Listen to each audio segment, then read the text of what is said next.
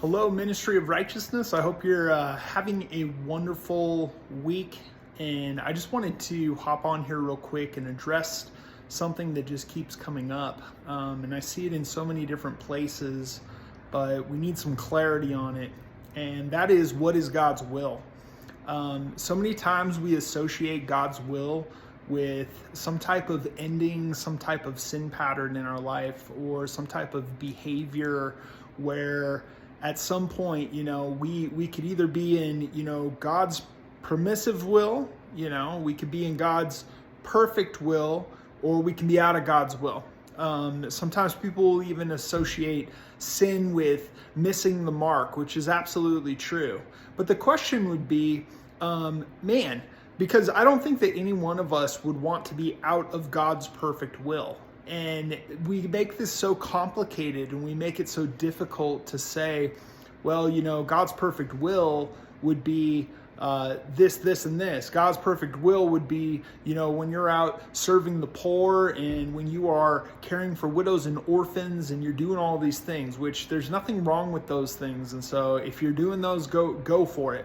But here's the thing, when we miss what God's will is, it leads us down a path of total and complete confusion and chaos. And rather than being able to focus in on what God's will actually is, we make it about all of these presumptuous things that we think that may be God's will. It creates a big place of legalism, and it actually stunts our growth. So let's just take a quick look. Let's actually just ponder on some things about what God's will truly is.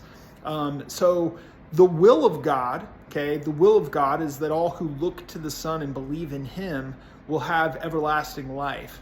The will of God, or the work of God, is to believe in the one whom it is that He's sent. So finding ourselves in God's perfect will is actually a very simple thing, and it has to all do with our belief in the finished work of Jesus. It doesn't have to do with trying to end a sin pattern, It doesn't have to do with going out and doing a bunch of works to be in God's perfect will. It's actually about our belief, because there's only one type of obedience that God actually accepts. And the only obedience God accepts is faith in the finished work of Jesus. That is God's perfect will. Jesus is God's perfect will. And what actually, the book of Hebrews tells us is that when we believe and we cease from our works to enter into Christ's finished work, that we enter into God's rest.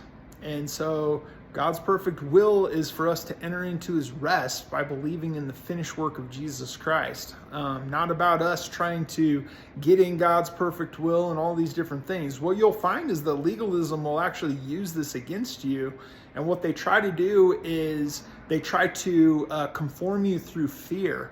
And let's just be candid about it. Like, not one of us would want to be out of God's perfect will. Oh my gosh, that would be disastrous, because we're talking about the creator of the universe. We're talking about Yahweh. We're talking about God Almighty. I mean, if you thought that you were out of His will and that He was angry with you, think about what type of effects that would have on your body and your soul and your whole entire being, thinking that God was angry at you. And I also want to encourage you that His will isn't super confusing. We don't have to look over here and look over there and try to figure all of these things out, because God's told us what His perfect will is. I'm going to leave you with one more thing, just a word of encouragement here. And it comes from Matthew chapter 6. But Jesus tells us, He says, the eye is the lamp of the body. Therefore, if your eye is single, your whole body will be radiant with light. And so the encouragement here is that we would set our eye, with singularity of eye upon the finished work of Jesus Christ, upon all that it is that God has done on our behalf, and enter into what He did on our behalf. Not what we're trying to do to earn things, or to try to be a better person, or to try to work harder, or to try to please God. None of those things actually please God. What pleases God is faith.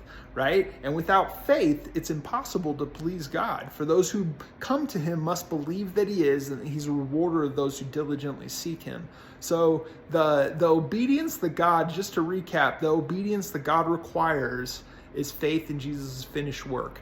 God's perfect will is the finished work of Jesus, okay? And we actually enter into his rest by believing the message, okay? Don't be disobedient to the message, as Peter would say, like they were disobedient to the message, but for us, Jesus Christ and his finished work is the chosen and the perfect. He's the cornerstone, and he's precious to us because he did it on our behalf. This also stops all boasting and all pride and ego, because we're not boasting about ourselves and our works and what we did, but we're actually boasting in the finished work of Jesus Christ, which was given for all humanity for the life of the world.